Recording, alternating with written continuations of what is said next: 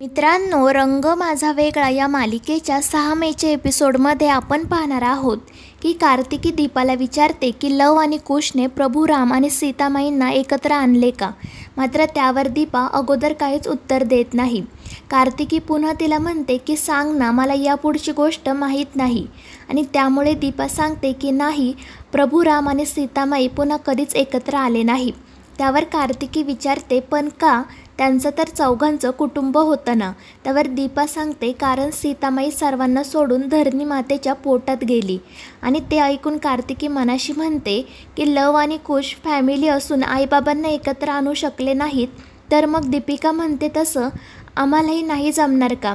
आमचे आईबाबा एकत्र आलेच नाही तर मग काय होणार. तर दुसरीकडे सौंदर्या ललितला सांगते की कार्तिकी आणि दीपिका कार्तिक आणि दीपाला एकत्र आणण्याचे प्रयत्न करत आहेत.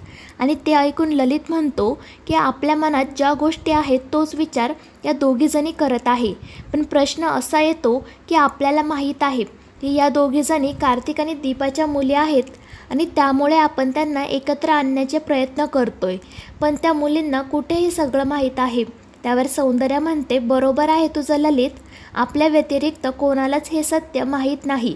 त्यामुळे ललित म्हणतो मग त्यांना असं का वाटावं. त्यावर सौंदर्या म्हणते त्या दोघींचं एकमेकींवर खूप प्रेम आहे.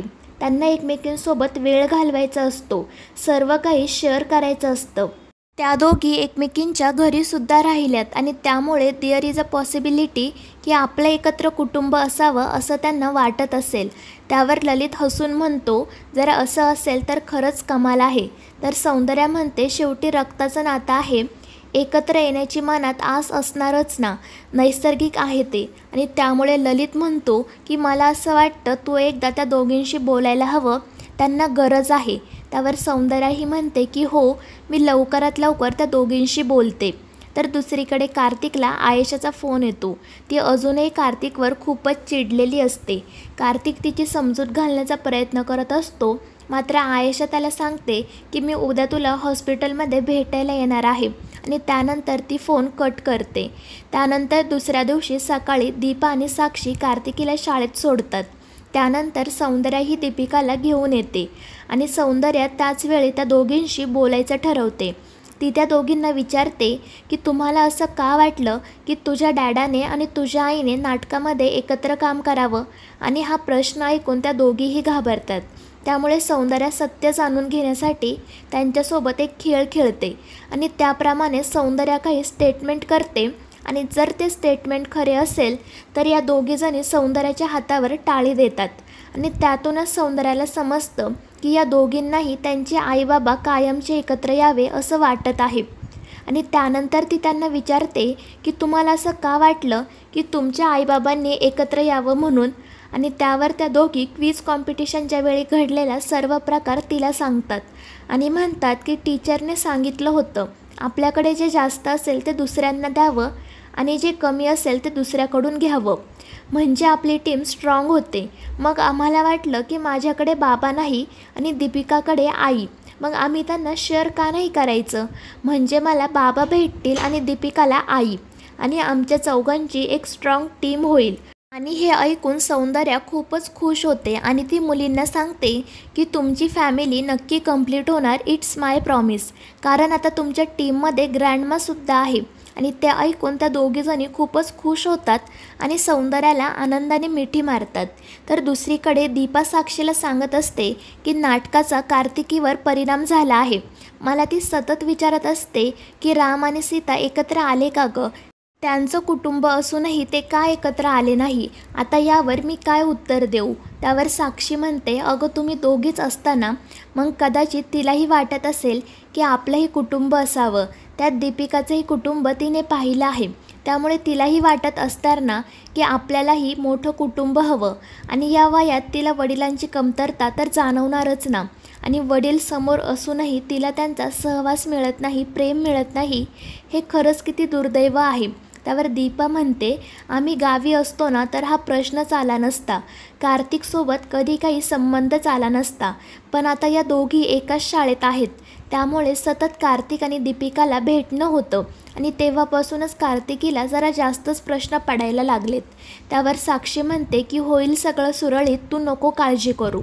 तर दुसरीकडे श्वेता राधाला फोन करते आणि सांगते की माझं पोट जरा फुगलं आहे आणि मला ते बिलकुल आवडत नाही, खूप विचित्र वाटत आहे. आणि तिचं हे बोलणं ऐकून राधा हसायलाच लागते आणि त्यानंतर ते तिला समजावते की आता बाळ जसजसा आकार घेईल तसतसं पोटही दिसायला लागेल. मात्र त्यामुळे श्वेता अजूनच काळजीमध्ये पडते. तिला खूप भीती वाटत असते. राधा तिला समजावते, मात्र ती काही न बोलता फोन कट करते आणि त्यानंतर या साडीमध्ये खूपच पोट दिसतंय असं म्हणत ती साडी चेंज करायचं ठरवते. मात्र तितक्यात तिला कपाटामध्ये तो कॅमेरा दिसतो आणि पुन्हा आधीने तो घेऊ नये म्हणून ती एका बॅगमध्ये तो लपवते. तितक्यात आधी तिथे येतो. तो श्वेताच्या तब्येतीची चौकशी करतो. त्यावर ती सांगते की मला खूप भीती वाटत आहे, होईल ना सगळं नीट. त्यावर आधी तिला धीर देत म्हणतो की तू अजिबात घाबरू नको, सगळं व्यवस्थित होईल, मी आहे तुझ्यासोबत. आणि त्यानंतर श्वेता बाहेर जाते. तर आधी ज्या बॅगमध्ये तिने कॅमेरा ठेवलेला असतो त्याच बॅगमध्ये एक गिफ्ट ठेवून ती बॅग घेऊन ऑफिसमध्ये जातो. तर दुसरीकडे हॉस्पिटलमध्ये आयेशा कार्तिकला भेटायला आलेली असते. ती कार्तिकला अपॉइंटमेंट घेऊन भेटायला आलेली असते आणि आल्याबरोबरच ती कार्तिकला टोमणे मारायला सुरुवात करते. त्यानंतर ती सांगते की आपण याच आठवड्यामध्ये लग्न करत आहोत आणि ते ऐकून कार्तिकला धक्काच बसतो. तो म्हणतो की हे सगळं जरा जास्तच फास्ट होतंय असं नाही का वाटत तुला. त्यावर आयेशा हसून म्हणते, ऑलरेडी खूप उशीर झालाय कार्तिक. मात्र कार्तिक सतत तिला काही ना काही कारणं देत असतो आणि त्यामुळे ती खूपच चिडते आणि त्याला रागातच सांगते की याच आठवड्यामध्ये आपण लग्न करतोय आणि जर तसं नाही झालं तर त्याचे जे परिणाम होतील ते भोगायला तू तयार राहा. आणि रागातच ती तिथून निघूनही जाते आणि त्यामुळे कार्तिक खूपच टेन्शनमध्ये येतो. तर दुसरीकडे श्वेता स्वतःशीच बडबडत असते आणि तिला प्रेग्नन्सीचं खूपच टेन्शन आलेलं असतं. मात्र तितक्यात तिच्या लक्षात येतं की ती कॅमेऱ्याची बॅग रूममधून गायब झाली आहे. ती सर्वत्र तिचा शोध घेते, मात्र बॅग तिला कुठेही सापडत नाही आणि त्यामुळे ती खूपच घाबरते. तर मित्रांनो, या मालिकेच्या पुढील भागांमध्ये आपण पाहणार आहोत की आधी ती बॅग घेऊन ऑफिसमध्ये गेलेला असतो आणि त्यानंतर ती बॅग तो दीपाकडे देतो आणि हे सर्व श्वेताला समजतं. ती खूपच घाबरते आणि मनाशी म्हणते की जर दीपाने त्यातील रेकॉर्डिंग पाहिलं आणि तिला जर समजलं की कार्तिक कधीच बाप बनू शकत नाही तर ती या सर्व प्रकरणाचा शोध घेईल आणि सर्व सत्य समोर येईल. तर दुसरीकडे कार्तिकी आणि दीपिका मुद्दाम कार्तिक आणि दीपासोबत मंदिरामध्ये भेटायचं ठरवतात.